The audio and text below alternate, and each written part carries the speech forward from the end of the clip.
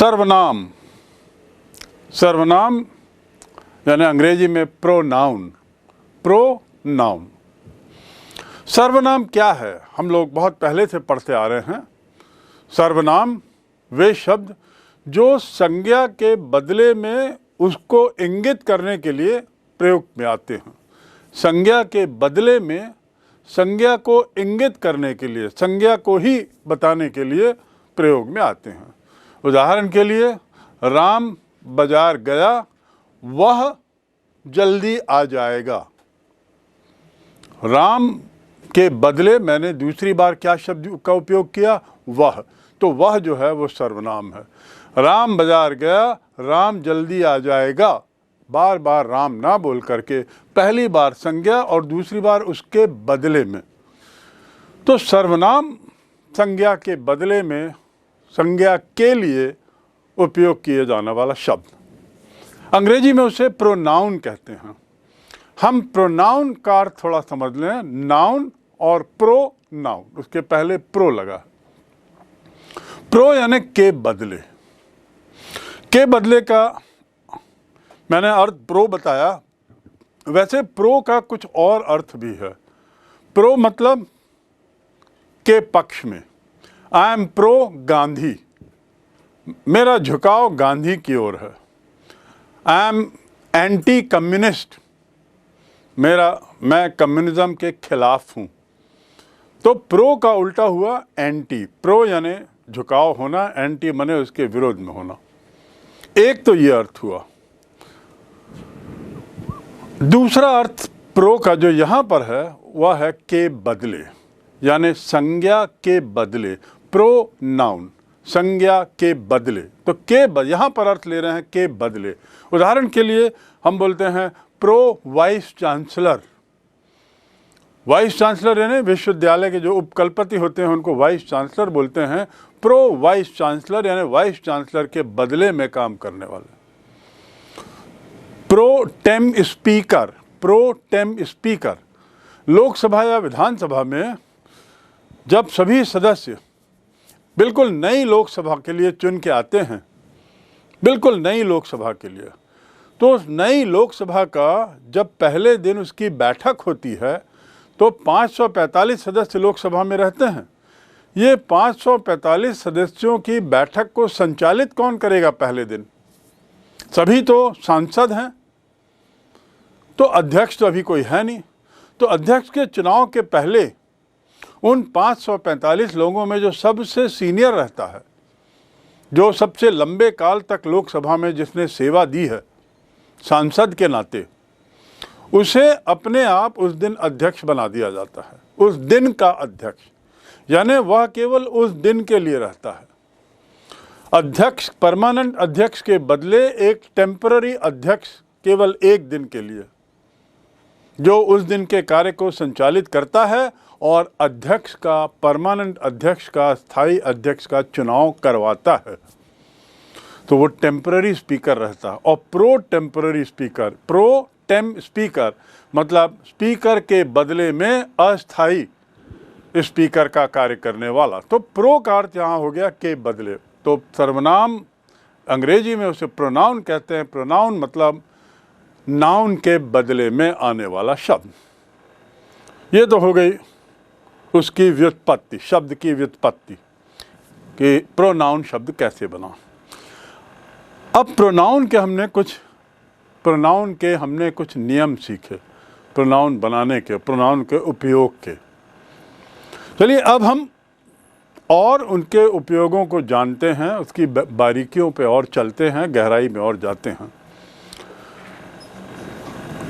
उनके नियमों की जब हम बात कर रहे थे कुछ देर पहले, तो अब हम आते हैं अगले नियम पर कि बाद में आने वाली संज्ञा या सर्वनाम, बाद में आने वाली संज्ञा या सर्वनाम पर बल देने के लिए इट का उपयोग होता है।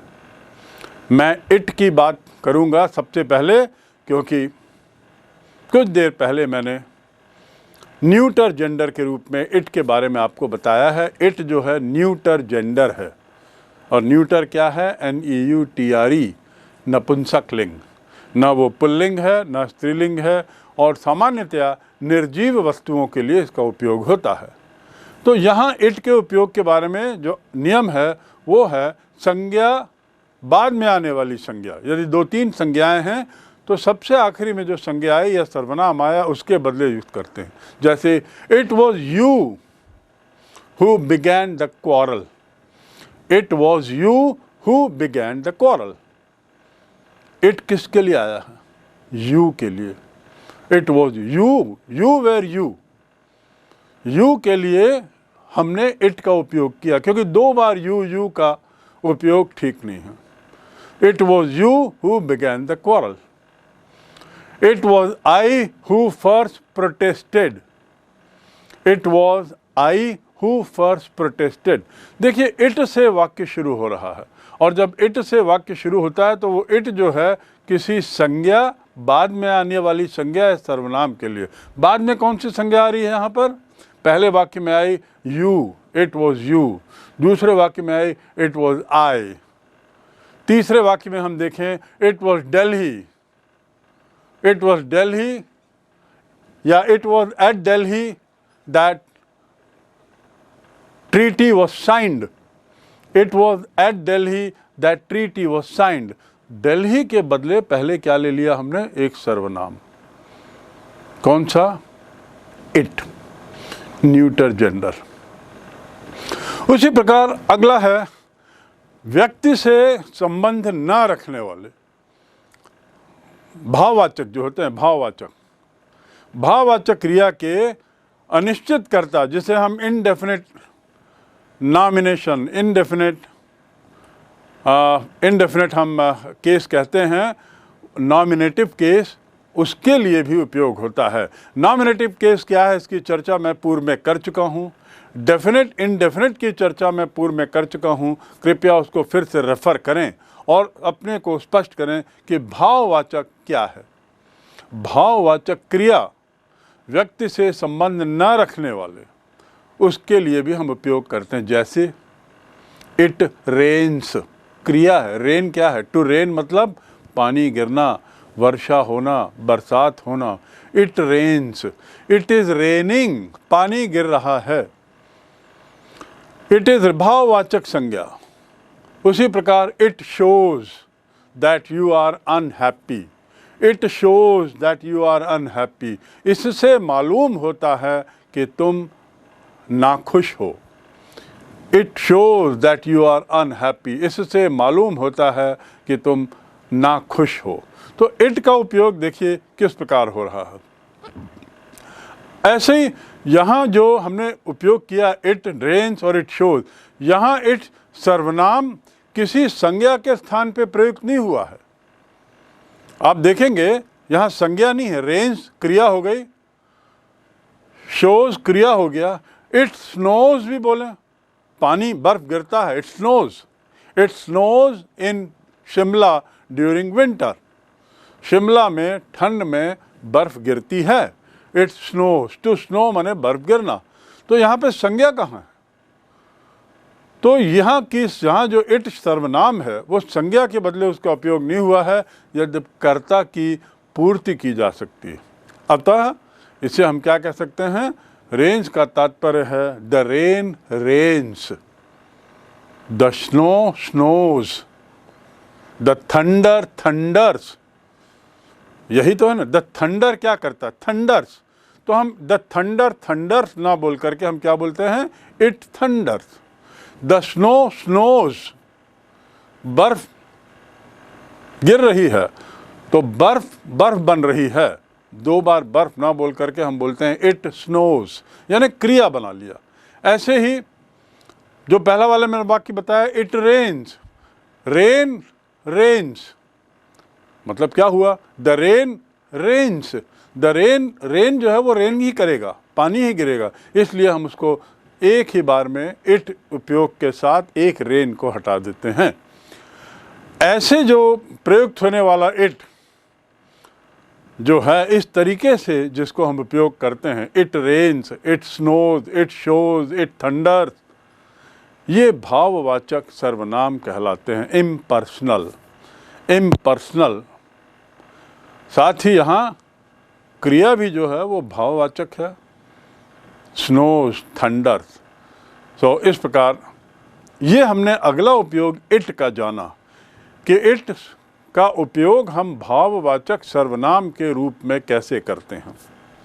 उसके बाद हम इट का उपयोग, अगला जो बिंदु है वो मौसम या समय के बारे में भी करते हैं। इट इज़ 7 o'clock बोलते हैं ना, इट इज़ 7 o'clock, अभी 7 बजा है। तो इट किसके बदले आया है?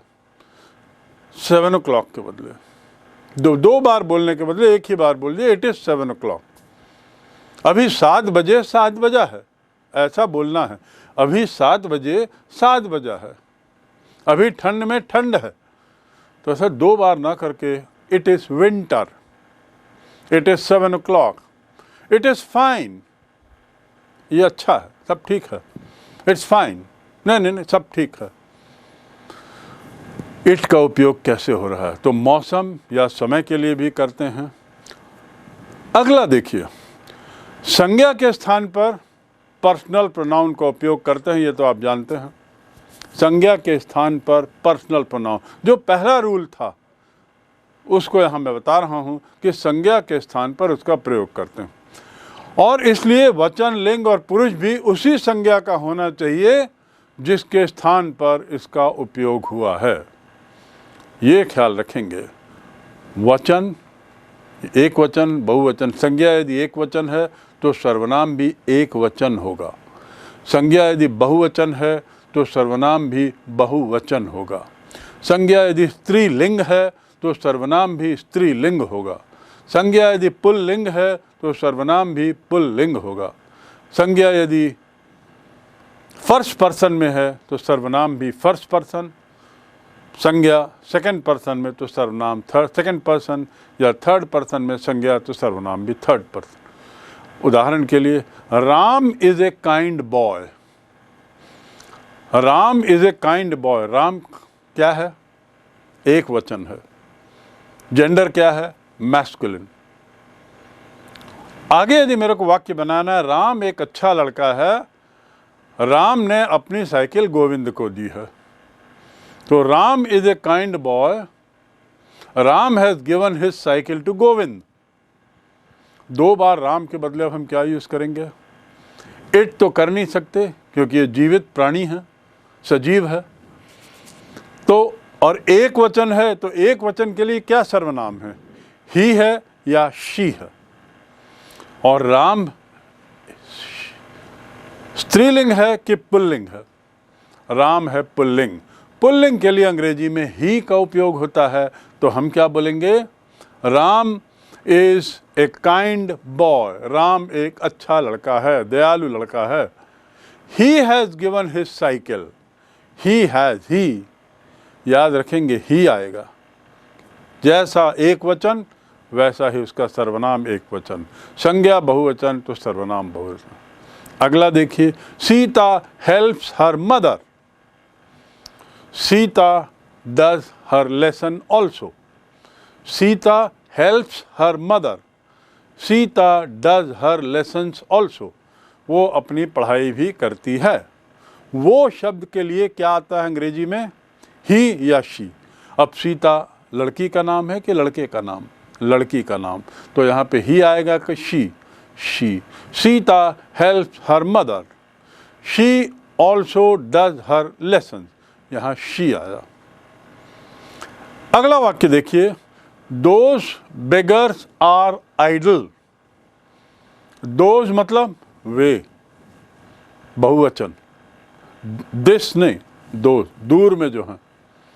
दूर के लिए दोज का उपयोग होता है। पास के लिए दीज का उपयोग होता है। पास में यदि हैं तो दीज बेगर्स और दोज बेगर्स। बेगर्स यानी भिखारी। बेगर्स यानी भिखारी। Those beggars are idle. Idle मतलब निकम्मे, बेगार, बेकाम, अलाल। दोज बेगर्स आर आइडल, खाली हैं। ये भिखारी सब खाली हैं, निकम्मे हैं। वो भिखारी, और वो का मतलब बहुवचन है। उन्हें काम करना चाहिए। ये भिखारी सब खाली हैं, उन्हें काम करना चाहिए। तो उन्हें एक भिखारी के लिए है कि बहुत सारे भिखारियों के लिए है? बहुत सारे भिखारियों के लिए है।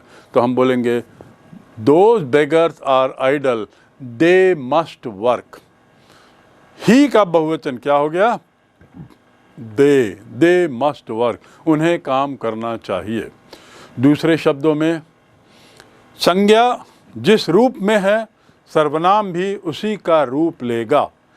लिंग, वचन और उसके साथ ही लिंग, वचन और नंबर, पर्सन। लिंग, वचन और पर्सन दोनों में मिलान होना चाहिए। संज्ञा एक वचन तो सर्वनाम एक वचन, संज्ञा स्त्रीलिंग तो सर्वनाम स्त्रीलिंग, संज्ञा बहुवचन तो सर्वनाम बहुवचन, संज्ञा यदि फर्स्ट पर्सन तो सर्वनाम फर्स्ट पर्सन। राइट। अब हम ये नियम आप समझ गए, बहुत सरल है लेकिन बहुत महत्वपूर्ण है। तालमेल होना चाहिए संज्ञा और सर्वनाम के बीच में। अब हम अगला बिंदु देखते हैं। जब कोई सर्वनाम कलेक्टिव नाउन के स्थान पर उसका प्रयोग होता है तो वह न्यूटर जेंडर में होगा। यदि कोई सर्वनाम, देखिए, यदि कोई सर्वनाम कलेक्टिव नाउन में, समूहवाचक संज्ञा में उसका उपयोग होता है तो वह न्यूटर जेंडर में होगा। क्या वह मतलब सर्वनाम न्यूटर जेंडर में होगा। न्यूटर जेंडर में होने का क्या अर्थ है? यदि समूहवाचक पूरे समूह या समुदाय को बताता है तो न्यूटर जेंडर में होगा। उदाहरण के लिए आर्मी एक समूह है। किनका समूह? सिपाहियों का। और संज्ञा है, समूहवाचक संज्ञा। तो यदि मैं वाक्य बनाऊं, the army suffered its worst defeat, the army suffered its worst defeat. Suffer करना मतलब हताहत होना।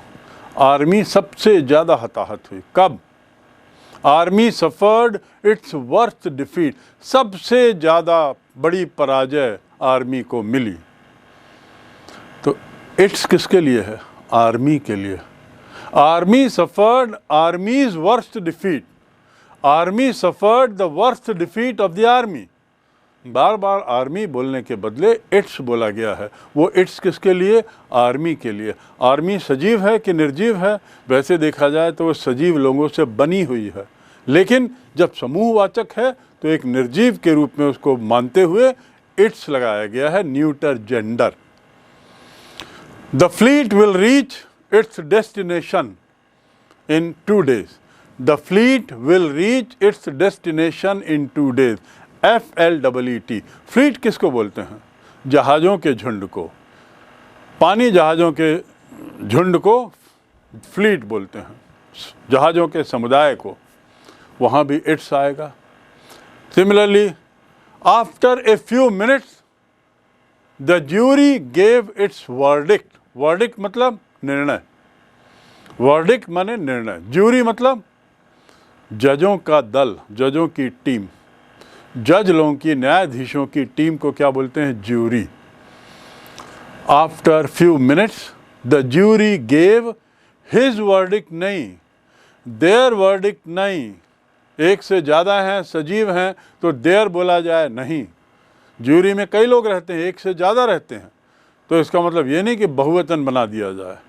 ज्यूरी में सब पुरुष हैं, इसका मतलब ये नहीं कि उसे पुल्लिंग के रूप में देखा जाए, नहीं। ज्यूरी एक समुदाय हो गया। किनका समुदाय? न्यायाधीशों का।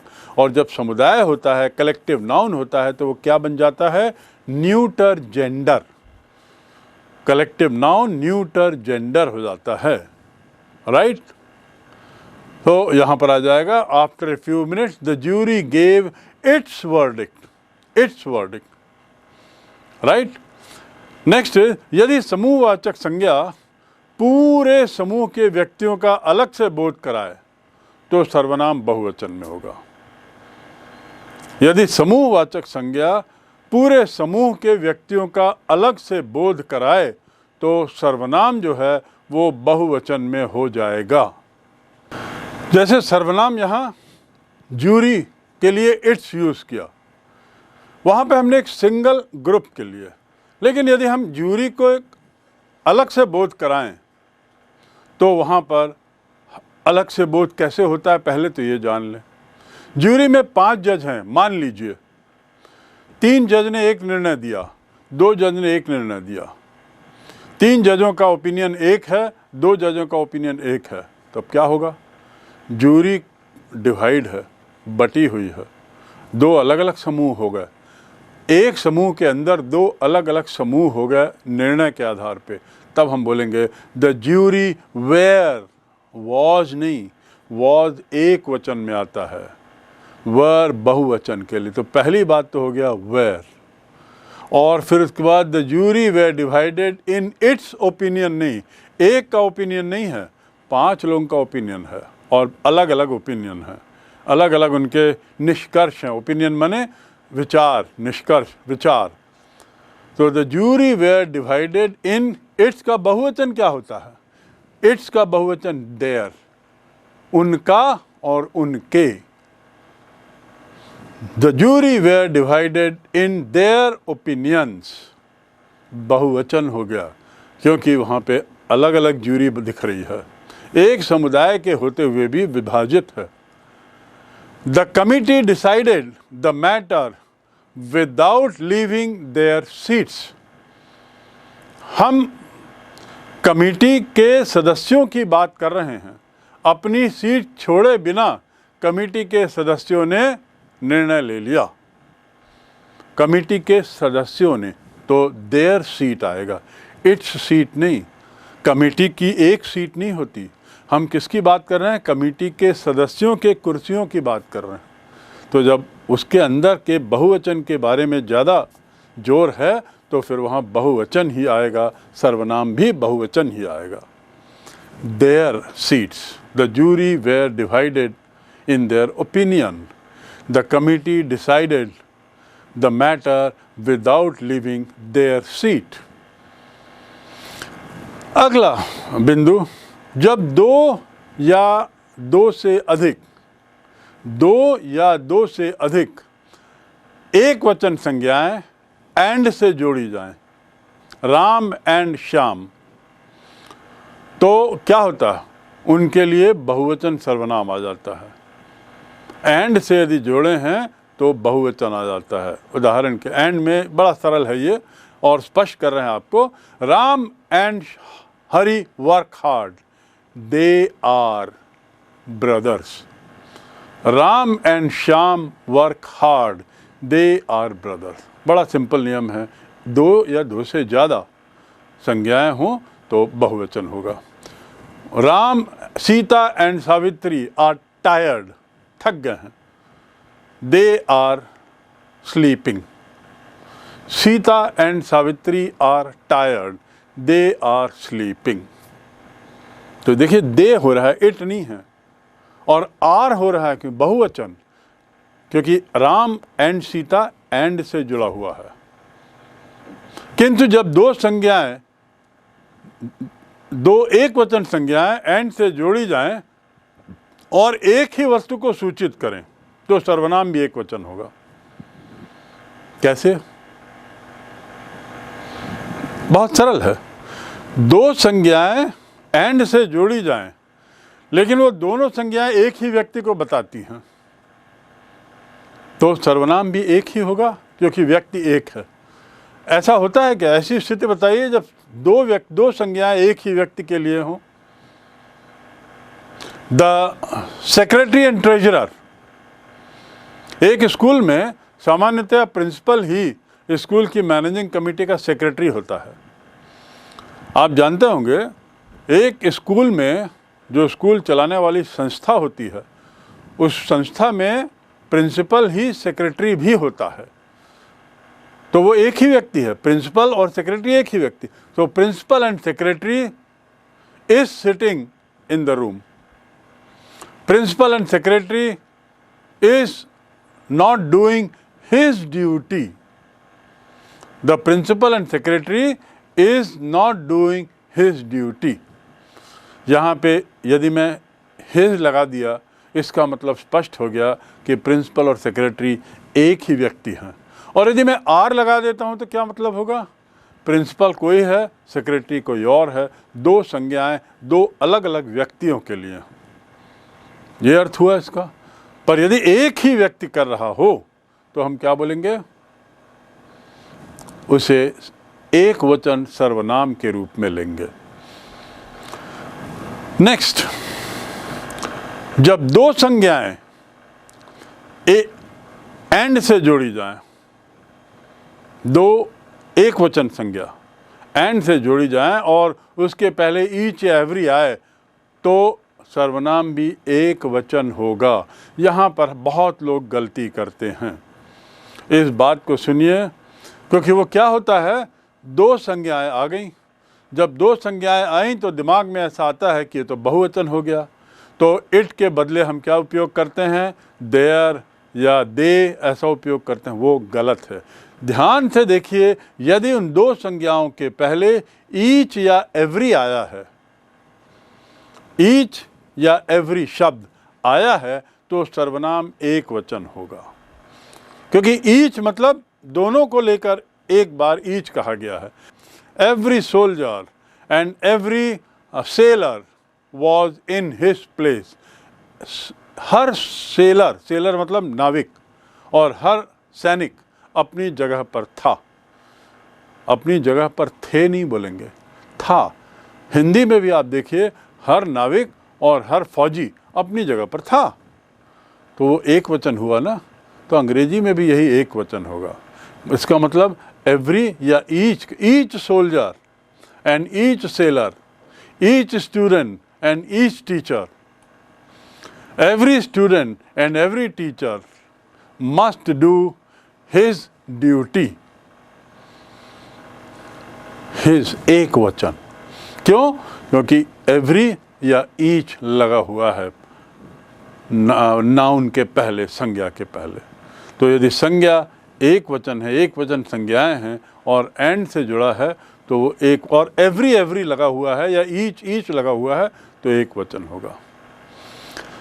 अब एक थोड़ा सा मैं कहूँगा, कठिन तो नहीं पर थोड़ा सा क्लिष्ट रूप में, जब दो या अधिक एक वचन संज्ञाएं हों, जिसे हम आइदर और या नाइदर नॉर से जोड़ते हैं, जिसे हम आइदर और या नाइदर नॉर से जोड़ते हैं, तो क्या होता है?